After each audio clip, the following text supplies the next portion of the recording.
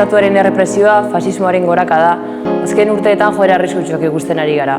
Politika egiteko baldintzak okertzen ari direla esatea metitzen digutenak. Bien bitartean, nazioarteko hauteskundeek bi aukera edo bi errealitate jartzen dituzte mahai gainean. Alde batetik ultraeskuina eta fasismoa, bestetik ezkertierrak eta haien mugak. Hontaz eta gehiagotaz, gaur Urdinesia.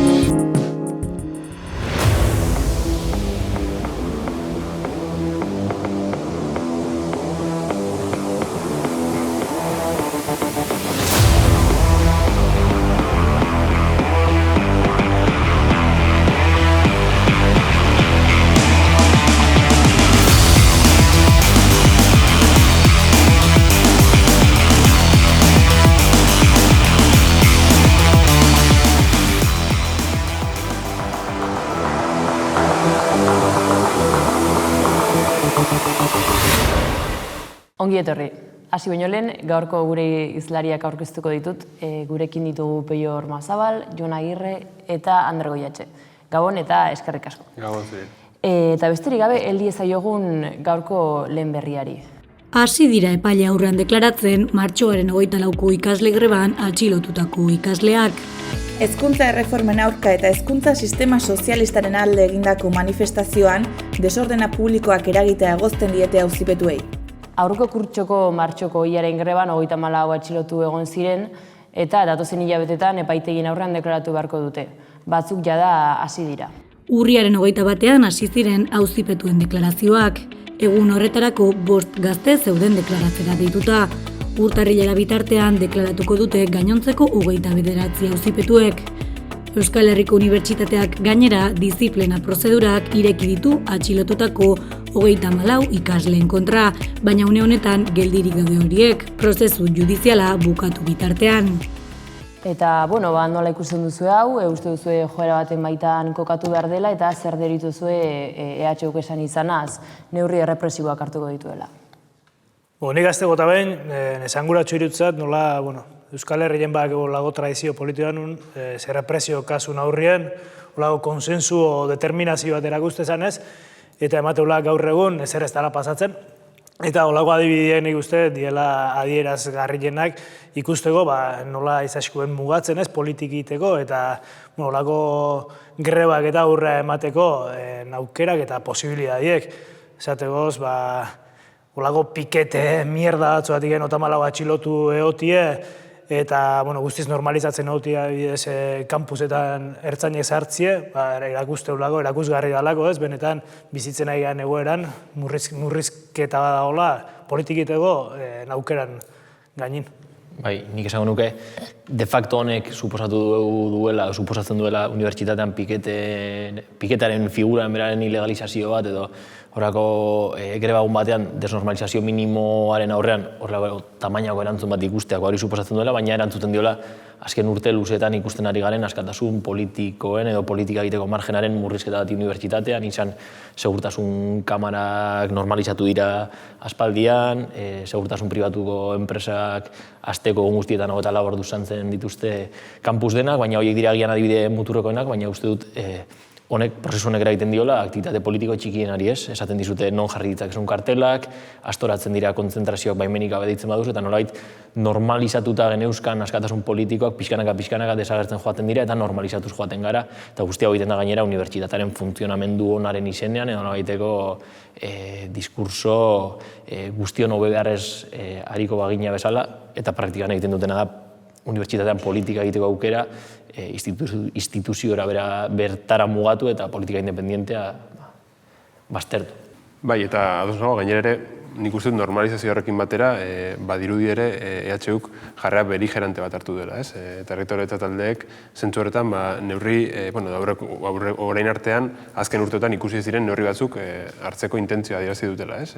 Hor dago, adibidez ikasle hauei espedienteak irekitzearen mehatxo eta bar, Eta nik uste horren aurrean beharrezko dugula normalizazio hori neutralizatu eta bizkanaka unibertsitateetan berriz ere aktibitate politiko hori berreskuratzea, ez? Eta zentzu horretan, urrengo hilabeteak ikasleen inguruan elkartasun antolatzeko hilabeteak izango dira eta ikusiko dugu, zertan geratzen dena guztia, baina benetan garrantzitsua edo ezinbestekoa bilakatu da guretzat ere askatasun politikoen edo politika egiteko aukera beraren defentsa bat egitea unibertsitateetan, ez? Izbeste eginez, aste honetan 15 urte betetzen dira militar neonazi batek Carlos Palomino gaztea, 16 urteko gaztea, hil zuela Madrilen. Aste honetan justu, gainera jakinda bere hiltzaileari lehendabiziko permisoa eman diotela kartzelatik ateratzeko. Aste honetan izan da Carlos Palomino gazte madrildarraren erailketaren 15. urteurrena. Josue Estebanez soldadu profesionalak labankadaz erail zuen metroan. Azken asteotan urteurrena dela eta ekimen desberdinak antolatu dira Madrilen.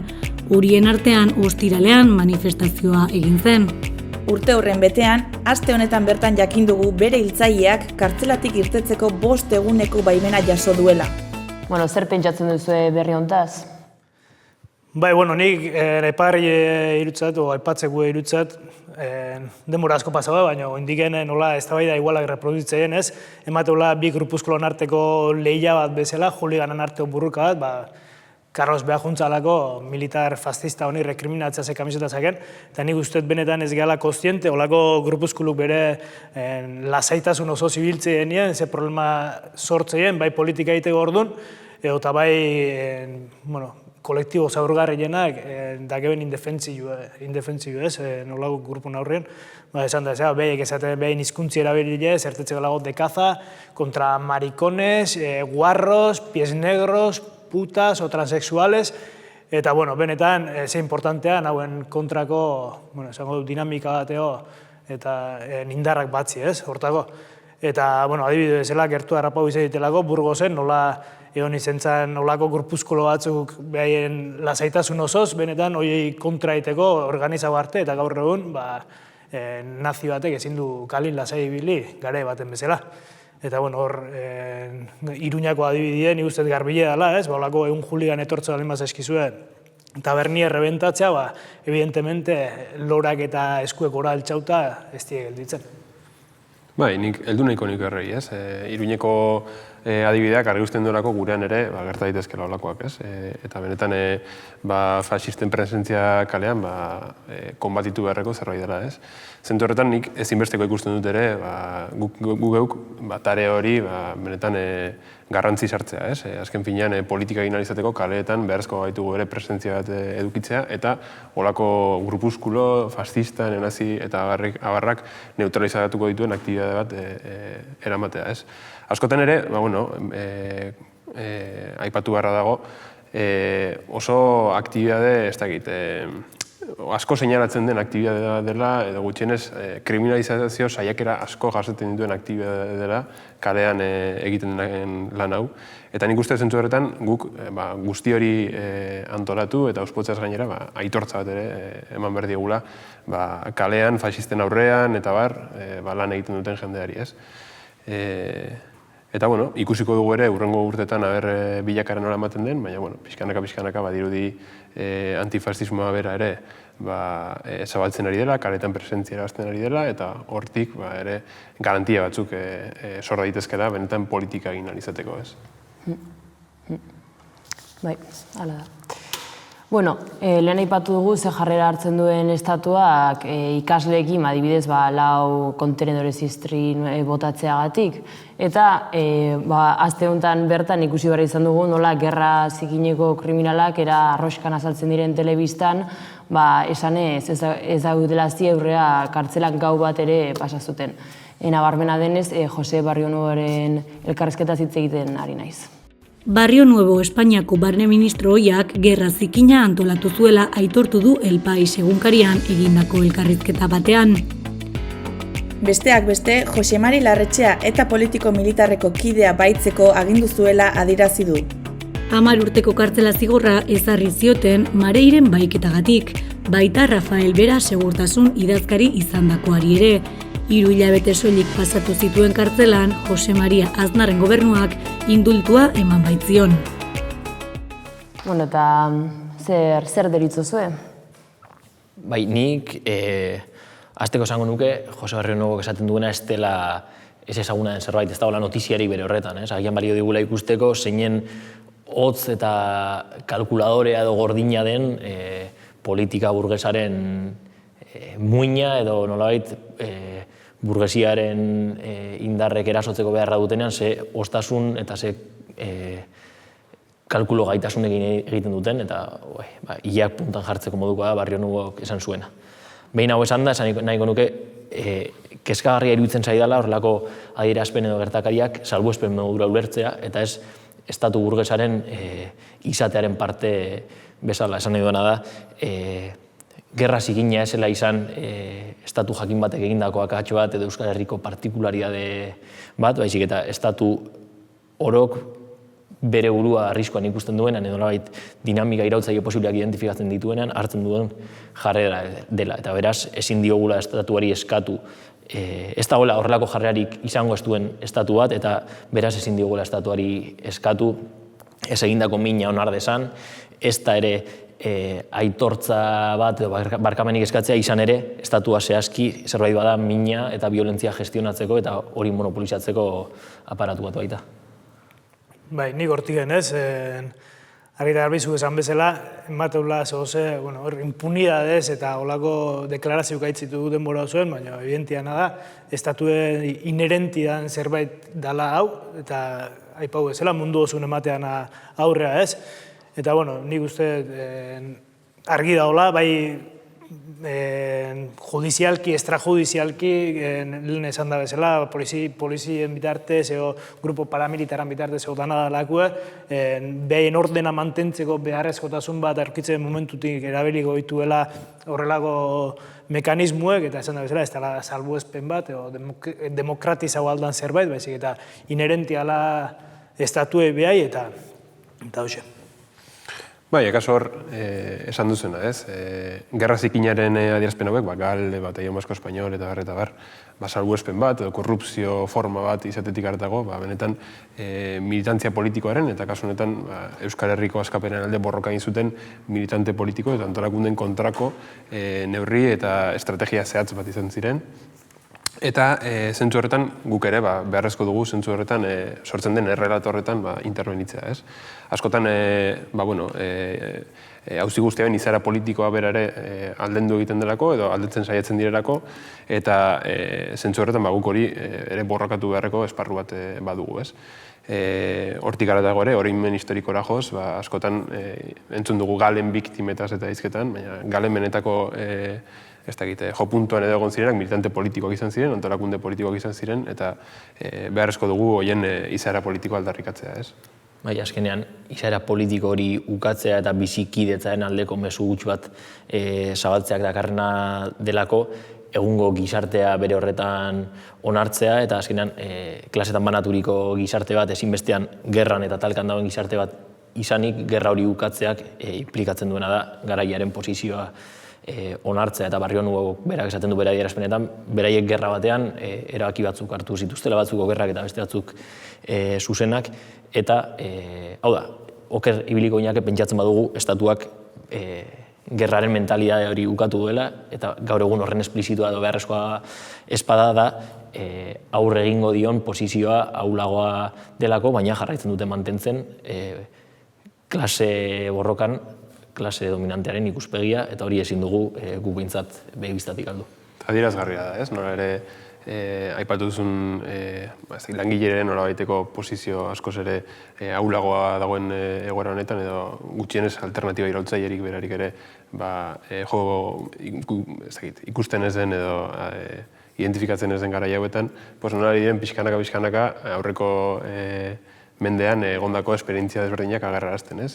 Izan Gladio operazioa, Latinoamerikan ere estatu batuek egindako interbentzio guztia, heriotzaren eskuadroien bidez, ogorro operazioaren bidez, eta bar, eta gaur egun ere, oraindik ere, Europan adibidez, indarran dauden talde paramilitar guztiak, eta bar, ez? Bueno, Ander, estatu batuak aipatu dituzu, eta hurrengo gaia edo estatu batuak izango da, ez bakarrik estatu batuak, baita ere Italia eta Brasil, azken aldi honetan hauteskunde oso sonatuak izan dira, eta horri helduko diogu orain. Ameriketako Estatu Batuetan legealdi erdiko hauteskundeak egin berri dituzte eta emaitzek agerian utzi dute demokraten eta republikarren arteko lehia estua. Bueno, zer daukazu esateko? Akaso, telediare guztietan lehenengo berria izan den Estatu Batuetako hauteskunde nauzia, ez? Horre Bidenek edo demokratek egin duten kanpaina demokrazia arriskuan zegoenaren aldarrian oinarritu da. Eta benetan, deigarria da, ez? Nola historiako kriminal handinetako bat den Joe Bidenek, munduan zehar gerrak piztu dituen, zibilak bonbardatzeko deia egin duen, zuzenean Estatu Batuetan bertan ezkerreko militante talde edo antolakundeak baztertzeko edo purgatzeko, persegitzeko estrategiak ere burutu dituenak, nola hitz egin dezaken demokraziaren galbideaz edo demokrazia galtzeko aukeraz, oso ez dakit, deigarria, ez.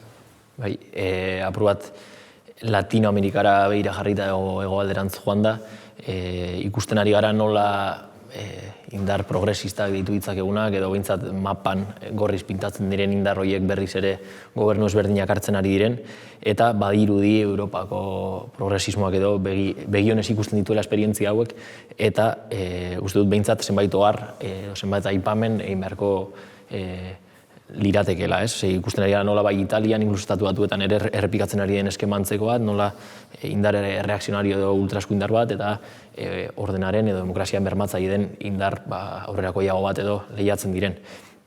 Hala ere uste dut aipatu behar dela, indar aurrerakoi hauek beraiek behin estatura iritsita, behin gobernu iritsita nola topo egiten duten estatutik egin daiteken politikaren mugekin eta ere gehiago krisi garaian zeinetan politika redistributiboek funtzionatzen ez duten eta nola askotan beraien diskurtsoaren kontra doazen politikak egin behar dituzten eta politika horiek beraiek bukatzen duten indartzen bere buru alternatibatzat aurkezten duen ultraskuineko posizio hori edo posizio reakzionario, incluso transgresorea izan daiteken edo inkorrektuagoa dirudien posizio bat, proletarizatzen ari den klase ertainaren eta incluso proletargoaren zenbaitentzat erakargarriagoa izan daitekena edo zigor boto bat izan daitekena bizi duen miseria horren aurrean. Beraz uste dut indar progresista hauek eta eurekiko erreakzioa banaezinak direla eta horrela ulertu behar ditugula.